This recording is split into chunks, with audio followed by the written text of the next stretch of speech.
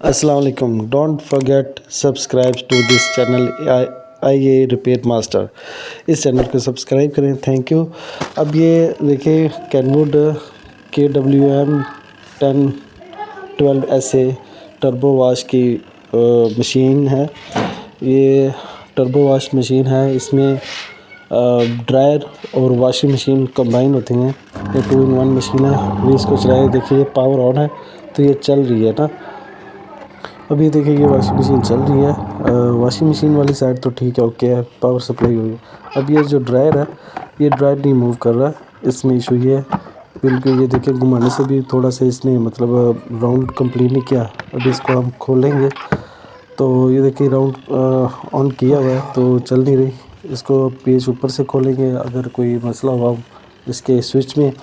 तो बहरहाल अभी नीचे इसके बॉटम में इसको खोलेंगे तो अभी ये पेज खोलने हैं। वैसे अगर ज़रूरत पड़ी तो इसको ओपन करेंगे। देखेंगे इसकी ड्राइंग है।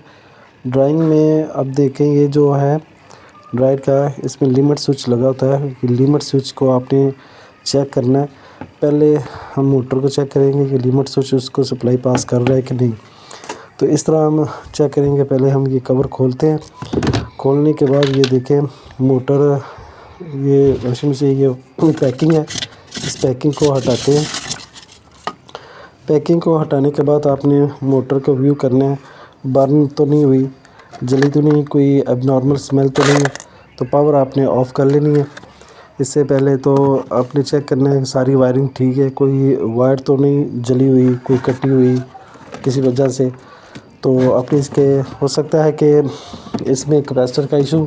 तो इस तरह की जो मशीन होती है इसमें एक जो नेगेटिव है या पॉजिटिव है, मैं तो कहूँगा कि नेगेटिव एज ये है कि इसका एक कंबाइंड कैपेसिटर होता है, वॉशिंग मशीन का भी और ड्राइंग मशीन का भी। ये जो सामने आपको नज़र आ रहा है, ये वायर्स को हटा के साइड पे करेंगे और ये जो है ये कैपेसिटर है। ये कंबाइंड कैपेसिटर होता है, एक वॉशिंग मशीन का भी और ड्राइंग मशीन का भी, दोनों मोटरों का एक कंबाइंड कैपेसिटर होता है। तो ये इस तरह फिक्स होता है। इसको हटाएंगे किसी पेचकस की या किसी स्क्रू के मदद से हम इसको हटा लेंगे। इसको डिलैच करके इसको ओपन कर लेंगे। तो इसकी फ़िज़िकली इसको चेक करेंगे, इसकी रेटिंग चेक करेंगे। फ़िज़िकली तो ये ठीक लग रहा है और हीट गर्म भी नहीं और कहीं से वो डैमेज भी नहीं, फूला भी नहीं हुआ। इसकी रेटिंग देखें, रेटिंग भी ठीक है। तो प्लस माइनस होता है। अगर आपको ज़रूरत पड़ती है तो आप इस तरह इसका अलग भी कैपेसिटर लगा सकते हैं ड्रायर की मशीन का, यहाँ से रेटिंग नोट करने के बाद। अच्छा चलते हैं जी। अभी ये कैपेसिटर तो ठीक लग रहा है, इसकी वायरिंग भी ठीक ही है, कोई चीज़ टूटी तो नहीं हुई। तो अब देखते हैं इसमें इशू क्या था। ये वायर्स हैं, वायर तो ओके हैं। अच्छा सारे कनेक्शन तो ओके। ये देखिए इसकी जो ब्रेक की वायर वो टूटी हुई है। ये देखिए जो मोटर की ब्रेक की वायर होती है, जैसे मोटर का जो कवर मोटर का सॉरी ये जो ये वायर है ये टूटी हुई है। ये ब्रेक की वायर है जो ड्राइव की मोटर को रोकती है जब हम उसका ढक्कन या उसका कवर खोलते हैं कपड़े निकालने के लिए। तो ये वायर टूटी हुई है। अच्छा ये वायर का एक बड़ा ही अहम काम है। इसके वायर के टूटे होने की वजह से होता क्या है कि जो ब्रेक है मोटर की, जैसे हम ऊपर वाला कवर खोलते हैं तो एकदम से जो ड्रायर है वो घूमना बंद हो जाता है। तो ये वायर होती है जो ब्रेक को लूज़ कर दी और ब्रेक लग जाती है मोटर के फ्लाई व्हील के साथ। तो ये ब्रेक चूँकि टूटी हुई है वायर, तो ब्रेक कंटिन्यूस उस मोटर को पकड़े हुए है। तो जैसे ही इसमें करंट तो जाता है, मगर देखो मोटर को हाथ लगाए तो बड़ी गर्म में फील हो रही है क्योंकि इसमें सप्लाई तो जा रही थी। तो जो ये ब्रेक होती है, जो वायर की टूटने की वजह से वो उसको इतने ज़ोर से पकड़े रहती है कि वो मोटर घूम नहीं पाती और उसकी वजह से ये मोटर ज़्यादा हीट अप हो जाती है और बाज़ का ये होता है कि मोटर जल भी जाती है। आप इस को डीलैच को चेक करें। इसकी यहाँ से वायर खोलेंगे और वायर को दोबारा इसको सेट करके लगाएंगे। पहले ये देखिए इसका ना एक लैच होता है, वहाँ पे एक हुक होती है, उसके साथ ये वायर लगी होती है।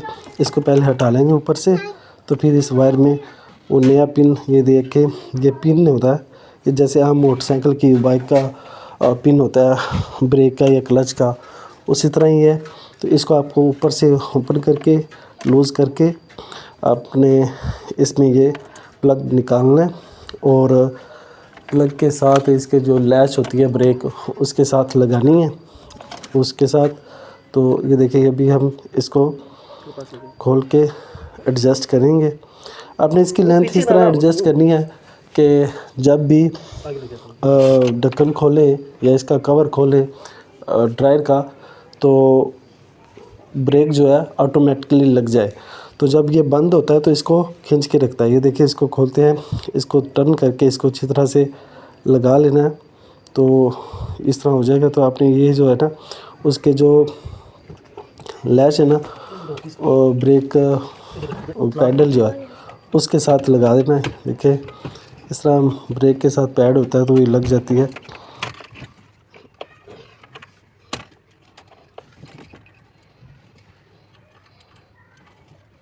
अच्छा इसको लगाना है वायर को, तो आपको अभी दूसरी तरफ से इसका व्यू करवाता हूँ। ये आपने इसके अंदर जो पाइप होगा वो चीज़ें डालेंगे। देखें ये पाइप लगी, ये देखें करीब से ये लैच हो गई है।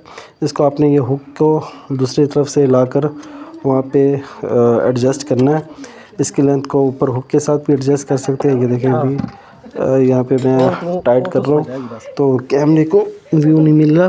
खैर आपने उसको एडजस्टमेंट करके उसको अच्छी तरह से टाइट करना है और टाइट करने के बाद ये देखें अभी आपको दिखाता हूँ। ये दूसरी तरफ से आप नज़रें देखें, यहाँ पे ये जो अलग से होगा और यहाँ पे थोड़ी सी इसमें लूजिंग है और इसको लूजिंग को इस्तेमाल में लाना है और इसको एडजस्ट करना है इसके हुक के साथ।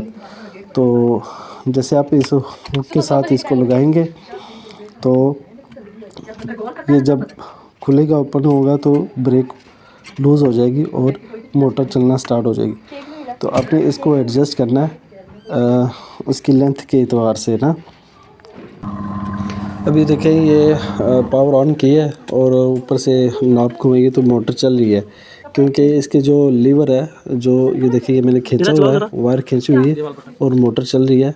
और ये मैंने उसको डायरेक्ट चला के चेक किया है, इसको देखें घुमाया था तो ये चलना शुरू हो गई। ये मोटर अभी चल रही है और इसके लिए ये जैसे मैं बंद करूँगा तो ये रुक जाएगी। देखिए जैसे मैं मतलब लीवर को छोड़ता हूँ तो वो उसको ब्रेक लगा देता है और बंद कर देता है। अब कैपेसिटर को दोबारा एडजस्ट करें उसकी, जहाँ पे जैसे पहले था रूटिंग थी वैसे रूटिंग करें और इसको हैंडल करते हैं और उसके वायर को एडजस्ट करके मज़ीद और इस मशीन को बंद करते हैं। इसकी वायर जो एडजस्ट आपने लाजमी हुक के एतबार से करनी है, इस तरह सेट करनी है कि जैसे डोर ओपन हो तो ये ब्रेक लग जाए। और इवन अगर आप इसको थ्रू आउट खींच के भी रखें, अगर टूट जाता है या कोई इशू हो जाता है तो वो क्या है कि आपने इस ब्रेक को वायर को आपने खींच के रखना हो, किसी चीज़ के साथ बांध देना है, तो फिर भी ये मोटर चलती रहेगी, कोई इशू नहीं होगा इसमें।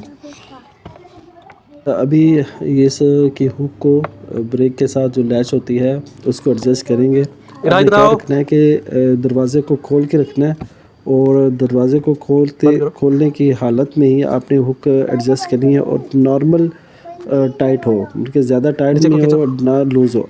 दरवाज़े को जो ड्राई का ये देखे बंद किया है तो इतना फ़र्क लगा, जब बंद किया है तो ये जब ओपन किया है तो ये हुक नीचे हो गई है जिससे मोटर पे ब्रेक लग जाएगी। अब ब्रेक उसको बंद करते हैं तो ये हुक दूर हो जाती है, इसको खींच लेती है ब्रेकर को और इस तरह ब्रेक लग जाती है मोटर को।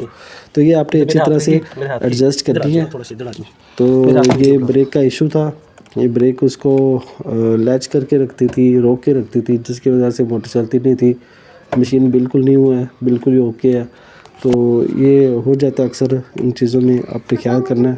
और अभी ये मशीन ओके हो गई है, जस्ट आपने ये को एडजस्ट कर लिया, बस अब बिल्कुल मशीन ओके है। मुझे दे तो मैं आपके हाथ पे वीडियो बनाता हूँ। चलो ये लो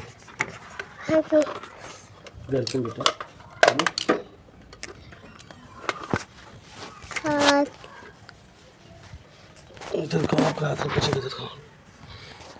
पापा आप उधर मुंह के ऊपर कलर देखो। ओ सॉरी। अच्छा, ये अभी ऑन की है मशीन, तो अभी इसको सप्लाई दी है। सप्लाई देने के बाद ये देखिए मोटर चल रही है और मोटर ऑन है और मोटर रनिंग में है, और इसकी ब्रेक जो है वो उठी हुई है क्योंकि इसका डोर बंद है। डोर बंद होने की हालत में ब्रेकर को उठे हुए होना चाहिए। पहले ये मसला था कि तार टूटी हुई थी और जो ब्रेक है वो लगी हुई थी, उसकी वजह से जैसे आप पे खोलते हो ये देखिए आपको बंद मिलती है। उसकी वजह ये है कि जैसे हम दरवाज़ा खोलते हैं तो ये ब्रेक लग जाती है, फिर चलना शुरू हो जाती है। और इसके साथ ये ऊपर एक लिमिट स्विच भी होता है जो इसके साथ ही मोटर को ऑफ भी करवा देता है। तो ये नहीं है कि खाली सिर्फ ये डोर ही होती है, ये रस्सी या ये वायर होती है जो मोटर को ब्रेक टर्न करने से रोकती है। Okay, thank you. इस चैनल को ज़रूर सब्सक्राइब करें। Thank you for watching this video.